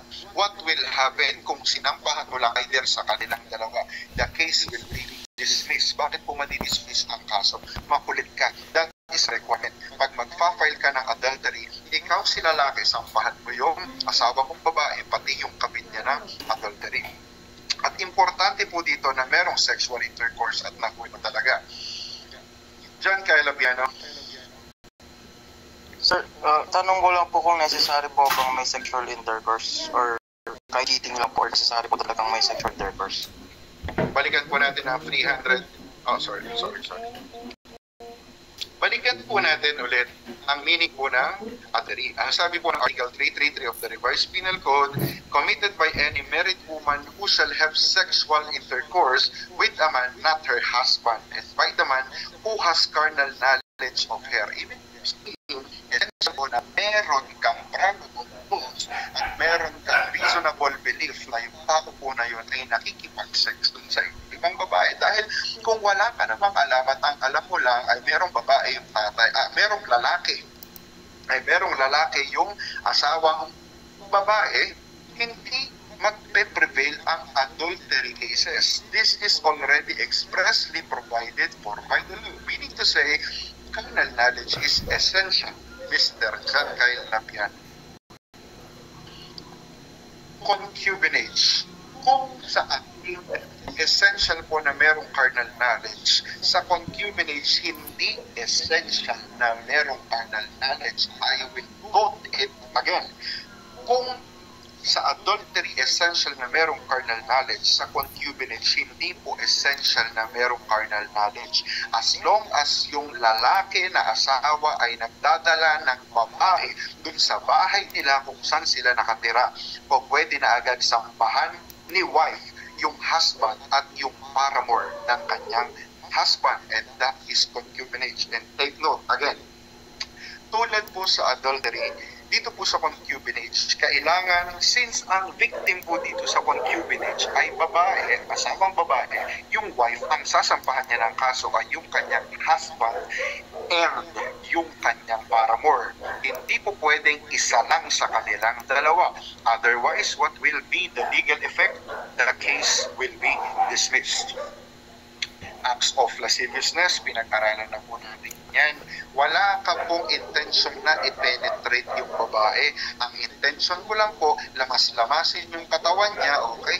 Pinggirin siya kahit na kasi nga po essential na merong force and intimidation sa acts of lasciviousness. Ayat ng babae, okay, ginagawa ko siyang baboy, hinalik-halikan po siya sa leg, okay, pero wala pong penetration. That is acts of lasciviousness. Now, if you will ask me, paano ko po mag-determine ang isang kaso ay attempted rape at acts of lasciviousness? Patunayan mo na meron kang intent to penetrate pero hindi natuloy. Merong proof there is an intention to penetrate at hindi natuloy, ipasok mo sa attempted rape. If your only intention is para lang in yung babae, wala kang intention na i-penetrate siya, kawasan mo lang yung katawan niya, lamas-lamasin mo, halik-halikan mo siya sa mang parte ng kanya or sa anumang parte ng bahagi ng katawan niya, pero ayaw ng babae at nagpupumiglas, ipasok mo siya sa acts of lasciviousness. Again, importanteng elemento sa acts of lasciviousness, ludicide or yung tinatawag natin qualified seduction. Ano naman po ang qualified seduction? It is committed by any person in public authority, home servant, domestic guardian, any person with capacity shall be entrusted with the education or custody of a virgin. Importante po ang virginity sa qualified seduction. Uulitin ko, importante ang virginity sa qualified seduction. Importante din po ang age sa qualified seduction. Ano po ang requirement na age sa qualified seduction? Ang sabi po dito, bukod sa virgin, dapat ang babae kailangan over 12 but under 18. Meaning to say, over 12, 13 to 17 years old, qualified seduction. Okay, those are the elements of qualified seduction, that the woman is a virgin, she is 12 to 18 years of age, okay, and the offender had sex with her. There is abuse of authority, relationship of confidence, maniwala sa iyo, babae. Pag simple seduction lang naman po, committed by seducing a woman, nagpapakita ka ng motibo dun sa isang babae na single, or ito, ibig sabihin, wala nang asawa, pero merong mabuting reputasyon sa kanilang lipunan. Over 12 but under 18 years old, committed by means of deceit. Ibig sabihin, may panduloko, pinangakuan mo, hindi naman pala totoo. What is the difference between qualified seduction and simple seduction? Sa qualified seduction, importante, virgin yung babae. Sa simple seduction, hindi kailangan na virgin yung babae. Ang importante lang dito sa simple seduction, kailangan merong mabuting reputasyon sa lipunan yung babae. Corruption of minors committed by any person who shall promote or facilitate the prostitution. Kung ikaw daw po ay isang manager at ang gusto mo lang mangyari ay mag-hire ng mga minor de edad para gumawa, para sila ay gawin mong prostitute. Okay? Ang tawag po doon, corruption of minors. Sino po ang ipipenalize dito? Yung taong nag-hire, yung manager, yung mga leader ng white slave trade. White slave trade is committed by any person who in any manner or under any pretext shall engage in the business or shall profit. Uulitin ko. Lahat ng mga nakikinabang dun sa prostitution na pwedeng makasunod dun sa slave trade. Forcible abduction. What is forcible abduction? Forcible abduction is against your will with meron pong forcible abduction kung kinidnap mo ang isang babae at kinidnap mo siya ng merong libog. Okay? Libog ka. Para may isa katuparan ng libog. Yung victim, any woman of age or victim, wala po tayong qualification. Ayaw nung babae, pero kinidnap mo siya at kinidnap mo siya dahil libog. Kasi babae na yun, that is forcible abduction. Now, what is the difference between kidnapping and abduction? Kidnapping, the offender may be man or a woman. Abduction, necessarily, ang gumagawa lang po ng krimen ay lalaki. Sa kidnapping, pwede ulit lalaki or babae. Abduction, essentially, woman lang po ang victim sa abduction. Sa kidnapping, walang libog tayong pag-usapan. Sa abduction, importante merong libog on the part of the consented abduction. Ibig pong sabihin, yung virgin na babae na ang kanyang edad over 12 at under 18 years of age, okay, sinang-ayunan niya yung pagsama niya sa iyo. Kahit po sinang-ayunan niya yung pagsama niya sa iyo, bawal po yun. Kasi nga po, ang essential po dito ay yung virginity ng babae at yung kanyang age na over 12 and under 18 years of age. That is consented abduction. Title 12 talks about crimes against the civil status of a person. Simulation of birth. Ang ginagawa po dyan sa simulation of birth, yan po yung pagpapalitin po ninyo yung mga anak ninyo. Sasabihin mo sa tropa mo, pare, parang mas mukhang kamukha ko yung anak mo, tapos kamukha mo yung anak ko. Magtaka ka kung ganun, okay? So, pagpapalitin po ninyo. Okay, pwede po maksuhan under the law? Yes, Article 347 of the Revised Penal Code. Usurpation of civil status. Ang ginagawa nila po sa usurpation of civil status, for example, kayo po ay magbulang na, kayo walang anak, tapos meron nagpakilala sa inyo, okay? Meron pong nagpakilala sa inyo na isang tao at sinabi sa inyo, tay, ako po yung nawawala ninyong anak kahit hindi naman totoo. Po, pwede nyo sabihin ng tao na yun. Yes, usurpation of civil status. Bigamy. Okay, take note sa bigamy, pupulitin ko. Yung bigamy, itatanong ko sa final exam. Okay? Yung bigamy, itatanong ko sa final exam. Okay? Ang bigamy po, kasal ka na dito sa Pilipinas. Ulitin ko ha, kasal ka dito sa Pilipinas. Then nagpakasal ka ulit ng pangalawang beses kahit hindi pa naman invalid yung first marriage mo. Ang tawag po dyan, bigamy. Kasi nga po, bawal kang ikasal ng dalawang beses. Okay, pag kinasal ka ng dalawang beses, kahit hindi pa invalid yung first marriage mo, meron kang krimen na bigamy. Pero meron po tayong tinatawag na PD 1083 or Muslim on Family Relations. Sa mga Muslim na lahat, ang sabi po dito sa Muslim on Family Relation, pwede po silang mag-asawa hanggang sa 4 na babae. Sila ang exception dito. Uy, sarap ang Tony. apat na babae. Opo, legal po ba yun? Pwede ba silang masampahan ng kaso? Hindi po sila po pwedeng masampahan ng kaso. So kung meron nagpakasal sila unang beses, pangalawang beses, pangatlong beses, pang-apat na beses, po pwede po yun. As long as kaya nilang gampanan yung marital obligation nila sa kanilang pamilya. Wala pong problema doon. Bernie, parang sarap magpa-convert ng Muslim. Dito po ako ngayon sa Cotabato, mga Muslim po ang mga kasama ko dito. And kinlarify ko talaga sa kanila to para mismong sa kanila ko marinig. At sabi nila, yes, pwede silang ikasal up to 4 wives. Hanggang sa 4 na asawa. Pwede bang sabay? Yun ang second question ko sa inyo. Pwede bang for example, isang kasal tapos 4 na babae? Ang sagot, opo, pwede daw po. Pwede yun. Isang lalaki, 4 na babae. Sarap. Sarap. Diba? Kaya nga lang, paano nakapag? Example, anak niya dun sa una, 5, anak niya dun sa pangalawa, 8, anak niya dun sa pangatlo, okay, medyo na yun, di ba?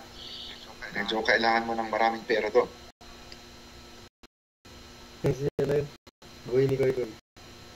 Marriage conducted against the provisions of the law. Ibig mo sabihin, nagpakasal ka ngayon. Nung nagpakasal ka, 17 years old ka palang wala ka legal age. Pag nahuli ka ng PSA o kahit sinong tao ang makahuli sa'yo na napakasal ka, kahit sa batas, pwede ka kong kasuhan ng criminal case while you're drunk. Marriage contracted against the provisions of the law.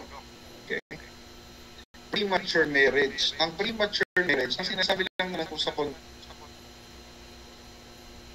ng premature marriage, kung tapos mamatay yung asawa mo, huwag ka naman munang magpakasal. Para po yan yung rule ni Popoy at Basha. Yung 3-month rule, kakay lang ng asawa mo.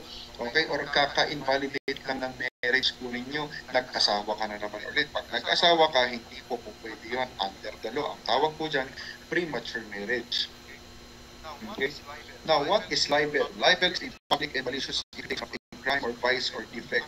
Ang kailangan po dito sa libel is the malicious imputation. Ibig pong sabihin, gusto mo talagang sirain yung buhay ng isang tao. Kaya nga po siya malicious. And take note, hindi lang po basta malicious. So, sa libel po, kailangan hindi totoo yung mga sinasabi niya sa iyo. For example, I have this one client. Lumapit siya sa office ko. Sabi niya, attorney, kakasuhan ko ng ganito si ganyan. Kasi po pinangalanan po niya ako sa Facebook. Ano bang sinabi sa'yo? Ang nakalagay po, bruha kang, animal kang, putang ina mo kang, pangit kang ganito. Pinangalanan siya sa Facebook. Okay? Question sa inyong final exam. Pwede bang mag-prevail ang kaso ng libel? Sinabihan ka ng pangit sa Facebook. Kung magiging bad lang ako na abogado, di ba? Kasi nga po, essential requisite sa libel, kailangan hindi totoo yung sinasabi ng tao na yun sa Facebook. So kung magiging demonyo lang ako sa kanya, pwede kong sabihin, pangit naman po talaga kayo. Totoo lang kang magpakaso kung pangit ka talaga, pangit. Talaga. Okay. Apply po. Huwag masyadong sensitive. Elements of libel, blackmailing. Ang tawag po dyan ng iba, hash money. Ang tawag po dyan ng iba ay hash money. Ang local portion of money. Slander. Sir Attorney, ano naman po kapag sa halimbawa is usaping utang then online then di ka doon pin-entertain or di ka minention doon pero ikaw yung pinatutungan, pwede mo bang kasuhan ng libel yung tao kahit totoo naman na yung di ka nagbabayad ng utang, ganun? Good question, but categorical answer to your question, no, hindi mo po pwedeng kasuhan ng libel. Dahil importante din pong elemento sa libel, kailangan po merong direct identification kung kanino tinutukoy yung defamatory words or yung libelous word. Now, kung ikaw ay mag-a-assume na ako nga yung utang na to, meaning to say, nag-a-assume ka lang. Wala enough evidence at walang direct evidence na makakapagsabi doon sa post. Okay? Kung meron ba talagang libelous article doon sa sinabi mo. So, if you're going to ask me kung mag-prevail ba yung kasong level. Wala akong level dahil kailangan number one na elemento ng level, kailangan identifiable kung sino yung akusado. In that case, it's just a mere assumption. Doon meron kang totoo pero hindi na-identify kung sino yung taong pinapatamaan niya. Nagutang ka lang. Thank you for this, Joe. Thank you, Attorney. Okay. There are two slander or oral defamation. Pag nakakita kayo ng oral defamation, pag nakakita kayo ng slander, pareho lang po yan. There are two kinds of slander or defamation. Yan hindi naman yung mga salita. Grave slander or grave oral defamation, pag yan ay mga kurahan, dinamay ng pamilya, walang hiya, putok sa buong mga ganyan. That is grave slander or oral defamation. Slander by deed, related with that, slander by deed, intriguing against honor. Kailan po nangyayari ang intriguing against honor? Ang tawag po yan, okay? Ang tawag dyan, ito talamak po natin sa Aurora, saka dyan sa Aurora. Okay? Talamak na kaso po yan, intriguing against honor. Marami kong kaso na yan. Alam nyo kung ano yan, intriguing against honor? In layman's term, tinatawag natin mga marites. Ini-intriga ninyo yung buhay ng may buhay, kahit hindi na po totoo. Now, pag na-identify po ninyo kung kanino galing yung iniintriga at kung sino yung mga pinagbasahan ng tao na nagpasa ulit ng panibagong message, mahilig po ang ganyan. Mahilig po tayo, mga taga-Aurora, sa ganyan. Kung dagdag bawas, okay, may kasama ka lang babae sa palengke, nung nakarating sa nanay mo, buntis na yung kasama mong babae sa palengke. Ganyan katindi sa Aurora. Okay? Ganyan katibay. Bumili ka ng toyo, ang binili mo hindi toyo, suka yung binili mo. Okay? Shout out sa mga magulang ko kung naririnig lang talaga nila to. Meron kasing balita dati. Alam mo, pumutok yung balita na ganyan. Sa Kalilig area, Maria Aurora. Ang balita, meron daw po na bus. Ang laman daw po ng bus ay 5.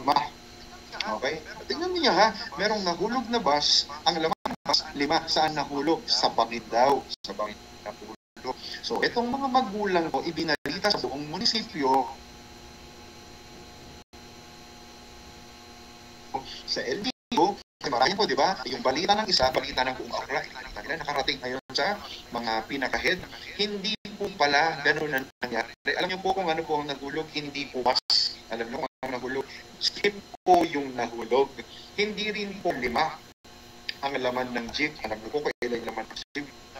2 lang po. Ito pa po ang pinakamatindi. Ibalita ng nanay ko, patay na po yung 5. Hindi po pala patay. Nasa emergency room, buhay lahat. Ito pa po ang pinakamatindi. Kumalat po yan. Kumalat yan. Ganyan katibay ang Aurora people. Kumalat yan. Ito pa na naman. Saan daw po naglag?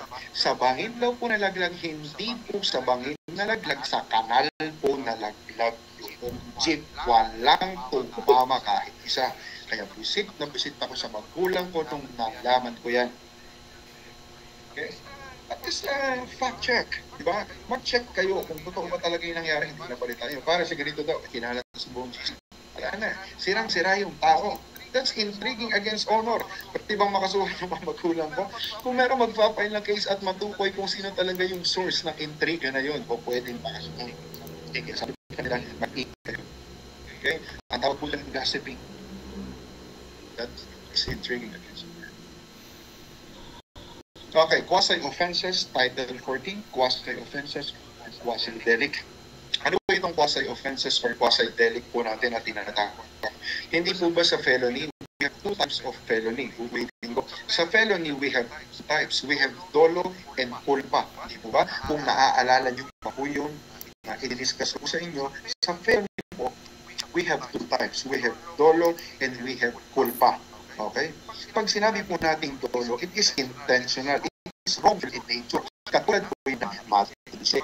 Kapag man po culpa, it is because of quasi-delict. Ibig kong sabihin, nagkakaroon ka ng kasalanan sa mata ng batas because of your carelessness. Dahil sa kapabayaan mo, dahil sa kapangalan mo, perfect example po ng aksidente. Kaya po, di po ba mga kapatid ko, mga amin ko, po yung tinatawag na reckless imprudence resulting to homicide, reckless imprudence resulting to damage to property, reckless imprudence resulting to serious physical injury. Lahat po yan ay sakop ng tinatawag natin quasi-delict. Okay? Imprudence or negligence, sakop ng quasi-TEDx. Okay? Pag nanong pong bonus question ito sa final exam ninyo, what article is the last article of the revised penal code? Ang sagot po, Article 367. Okay? Article 367 is the last article of the revised penal code. Pasensya na po rin kayo sa slide ko dahil po ang nakalagay po dito sa aking slide ay God's future cream. Oh well, magiging future cream din naman po kayo someday. Konting tsaga lang po dahil kayo ay mga 3 years na. So, yes, we're done with the Criminal Law Book 2. We're done with Criminal Law Book 2. And I will give you my notes. Okay? Asan si Mr. Mayor ng book? Okay. Mr. Mayor, again, I updated reviewer. Okay, for you, you review it at iset po natin ang schedule po ng exam natin. I will be there in your final examination face-to-face. Again, nandun po ako sa final examination po ninyo face-to-face. Mag-aral po ng mabuti. Paki-review po lahat ng napag-usapan po natin, including the reviewer that I will give you. Where's the mayor of Mount Carmel College? Miss Asia, where are you? Asia, turn on your camera and magsalita ka. Where are you? Miss Asia. Brown out to, attorney. Pardon? Nag-brown out po. Oh, nag-brown out sa... Oh, nag-brown out sa dyan sa Malaya. Okay. Okay. Any representative from Mount Carmel College, please? O, Tuzon, ikaw na. Tuzon.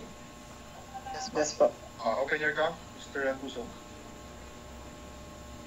Okay, Mr. Tuzon, tell your mayor na magkita-kita tayo sa when will be your final examination? Was there an update regarding your final examination? First week po ng June po. Oh, June. Oh, that would be fine. That's okay. Nandyan po ako nun sa Aurora. Kasi po second week ng June, babalik po ako ng Visayas para magklase. So buong first week po ng June, nandyan po ako sa Aurora. Okay? May PM sa akin. Ano to? Private message ba to? Nabasa niyo to? Attorney kailan po picnic natin? Direct message. Okay. Picnic. Okay. So, picnic. Sana naman kung mag-aaya kayo ng picnic, yung hindi kayo nalalasing, yung tinutulugan sa resort, diba? Pag nakikita tinungan sa amin. Okay, so, sige, let's, iset natin yan. Iset po natin yung picnic. I will give you time to set that dates for picnic.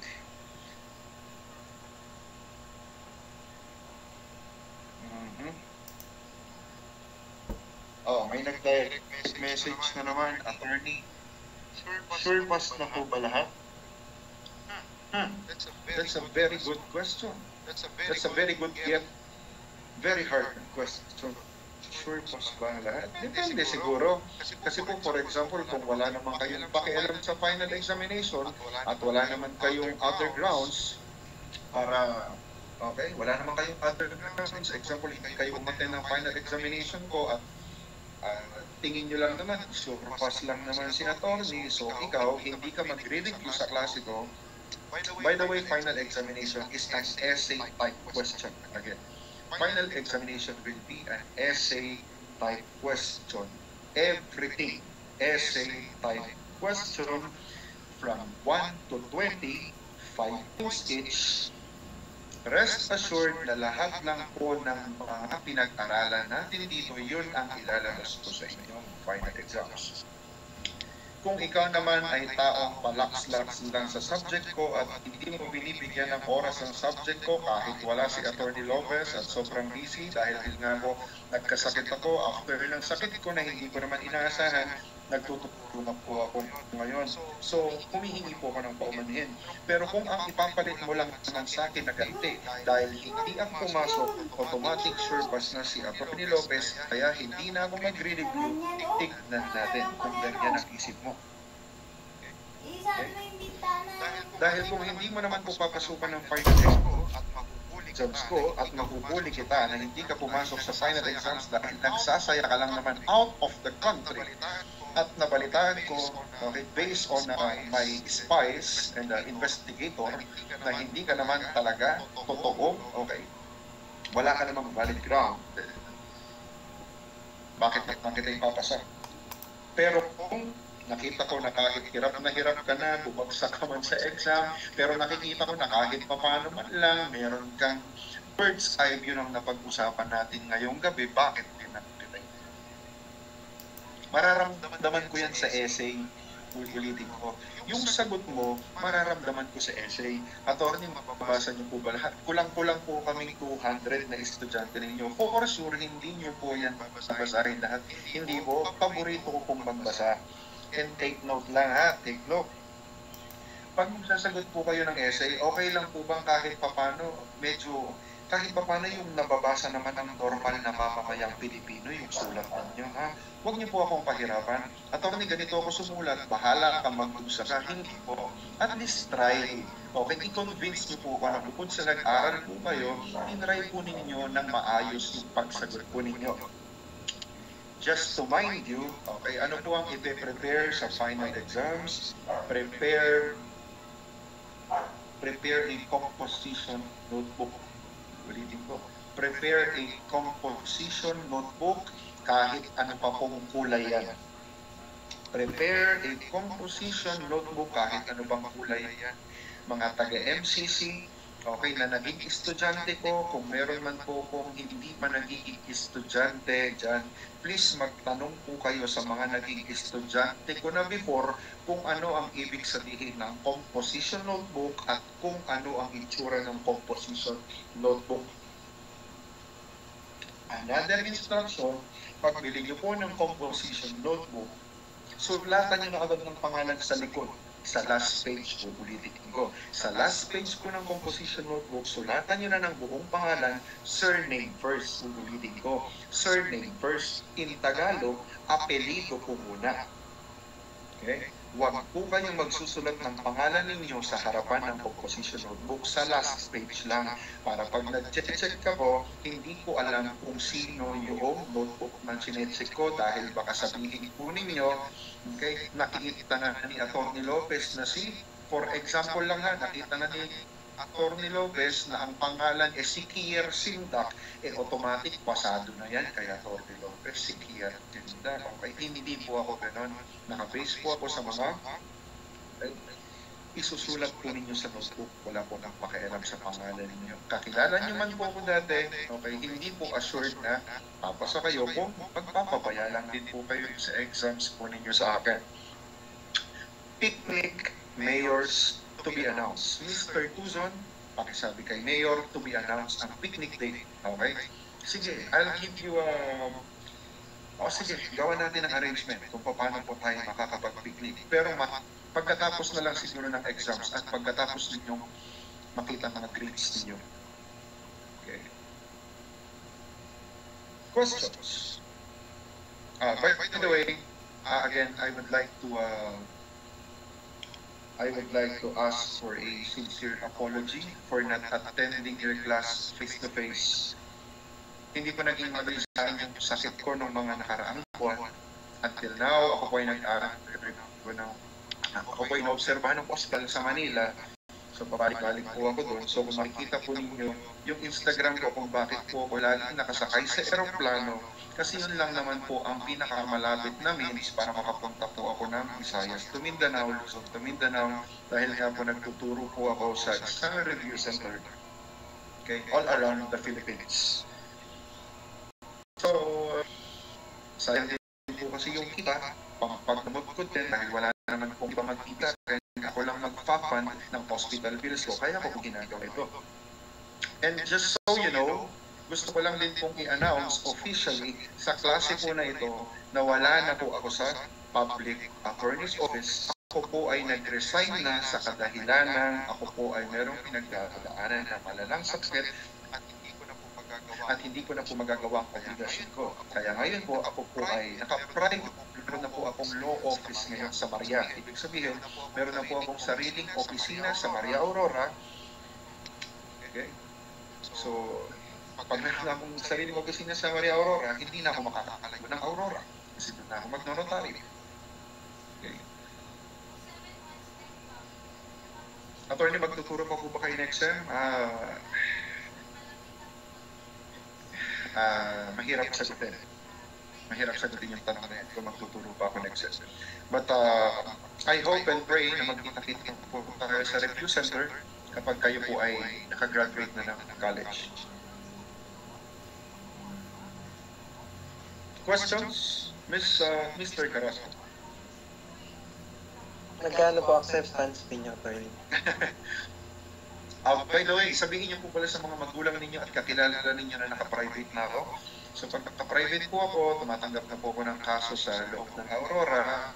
At ako po ay nag-notaryo na. So pagdating ko po dyan, ano nyo naman ako, ibulong nyo naman ako. Okay, kasi wala na po ako sa PAO. Dati sa PAO, ang nagbabayad sa akin, gobyerno.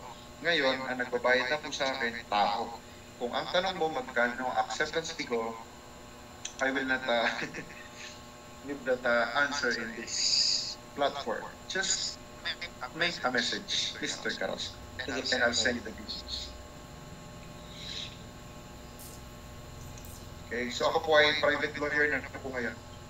Kaya po labas-labas na po ako sa parte po sa Pilipinas. Pwede ako mag-accept ng hearing ko dito sa Mindanao, pwede ako mag-Visayas. Okay, so ganun po po muna ako ngayon. Okay, another question. Any question before we end this Zoom meeting? Wala lang po. Okay, so Mr. Laiko, questions? Representative from Westlake. Wala na po, attorney. Okay. See you. I hope to see you on your final examination. Mga ating ko, mag-aaral po ng mabuti. Patunayan po ninyo na kahit hindi po ganun kadami ang pinasok ko sa inyo at hindi po ganun kadami yung attendance ko sa inyo face-to-face, patunayan po ninyo that you are worthy passing this subject. So, with that, maraming salamat po. Ulitin ko po, salamat po sa lahat po ng mga nagdasal sa akin.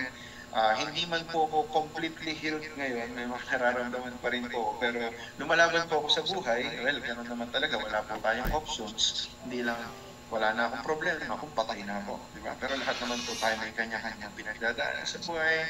I just want to say thank you sa mga nag-suggest po ninyo. At gusto ko lang din pong malaman ninyo na namimiss ko na pong magturo ng face-to-face, which alam ko naman pong ayaw niyo po akong makita ng face-to-face dahil nagpapa-recitation po ako from time to time at matahi-tahi na po kayo sa upuan po ninyo.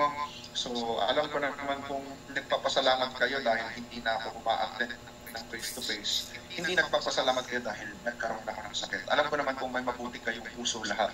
So, salamat po sa prayers po ninyo.